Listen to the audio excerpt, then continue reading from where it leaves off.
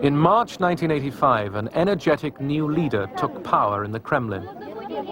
As Mikhail Gorbachev met crowds of Russians on tours around the country, opposition to the war could finally be expressed in public. Thousands of protest letters poured into Gorbachev's office each week. И надо было все-таки закончить эту войну. We had to finish this war, but in such a way that the Russian people would understand why tens of thousands had died and tens of thousands had become invalids.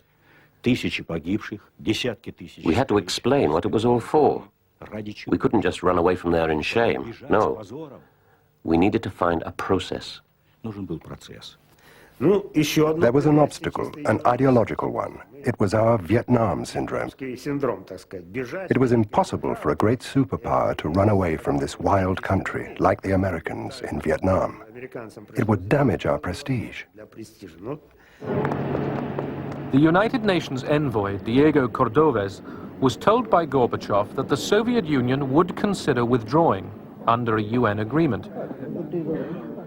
The emerging issue was what kind of government would run Afghanistan if the Soviets left.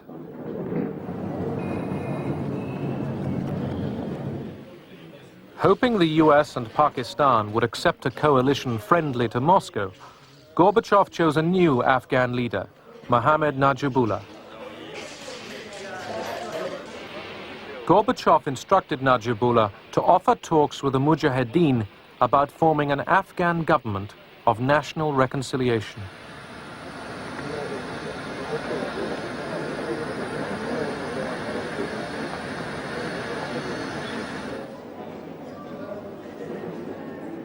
Gorbachev and his peace initiatives were applauded in Moscow, but not yet accepted in Washington. He was KGB and he was all of the old school, and he had some very dubious associations and all the rest. He was trying to persuade the old-line communists that he was with them, and he would appoint them to various positions, and he would not make major changes in the economy or in the economic policies or in the military policies.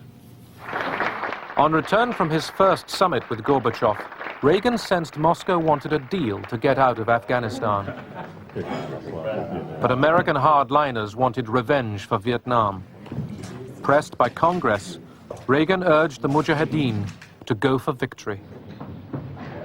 It wasn't until really between about 83 to 85 that the forces in Washington who asked the question, well, maybe we can win this.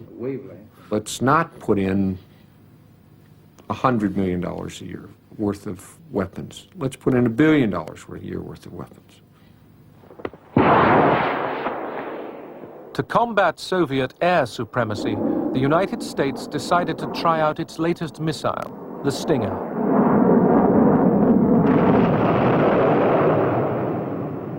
Field trials like this looked impressive as the shoulder-fired missile locked onto its target.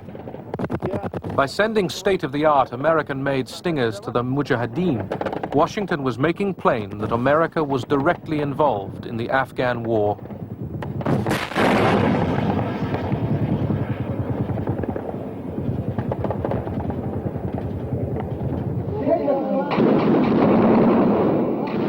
Spurred on by the increased American aid, the Mujahideen opposed a UN-brokered peace agreement that would enable the withdrawal of Soviet troops, but leave the Kabul regime in place.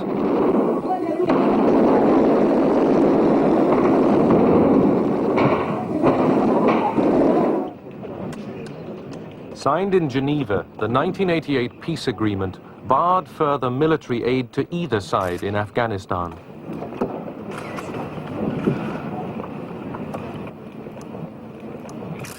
Both superpowers ignored the ban. The supply of weapons went on. The Geneva Accords did not bring peace.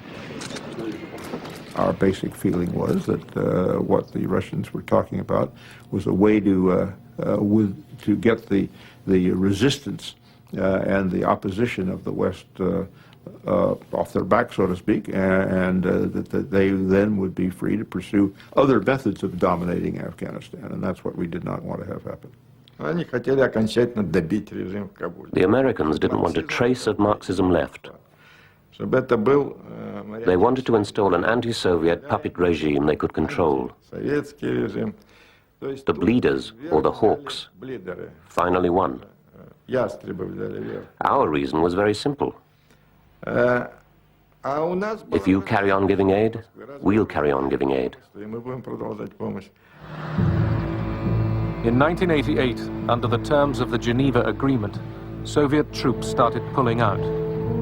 But instead of peace, Afghanistan was to endure more years of bloodshed.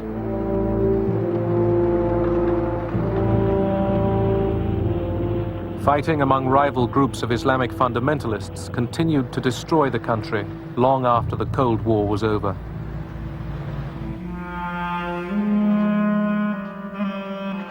Since 1979, 5 million Afghans were wounded or forced to flee their homes.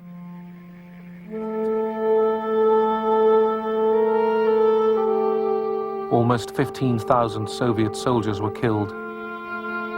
1 million Afghans perished.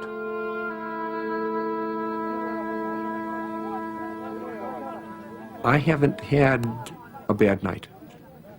It's not because I'm without feeling for, or without understanding of how much agony goes along with war. It's just that this was such a contribution to the end of what was otherwise an evil that inflicted other kinds of pain on so many other people that, on balance, it was worth it. The Afghan people have become the main victims. The Afghans are now fighting each other. Of course, they have plenty of internal reasons for that. But at the same time, it's because of a legacy which started in the 1970s that they are now fighting each other with American and Soviet weapons.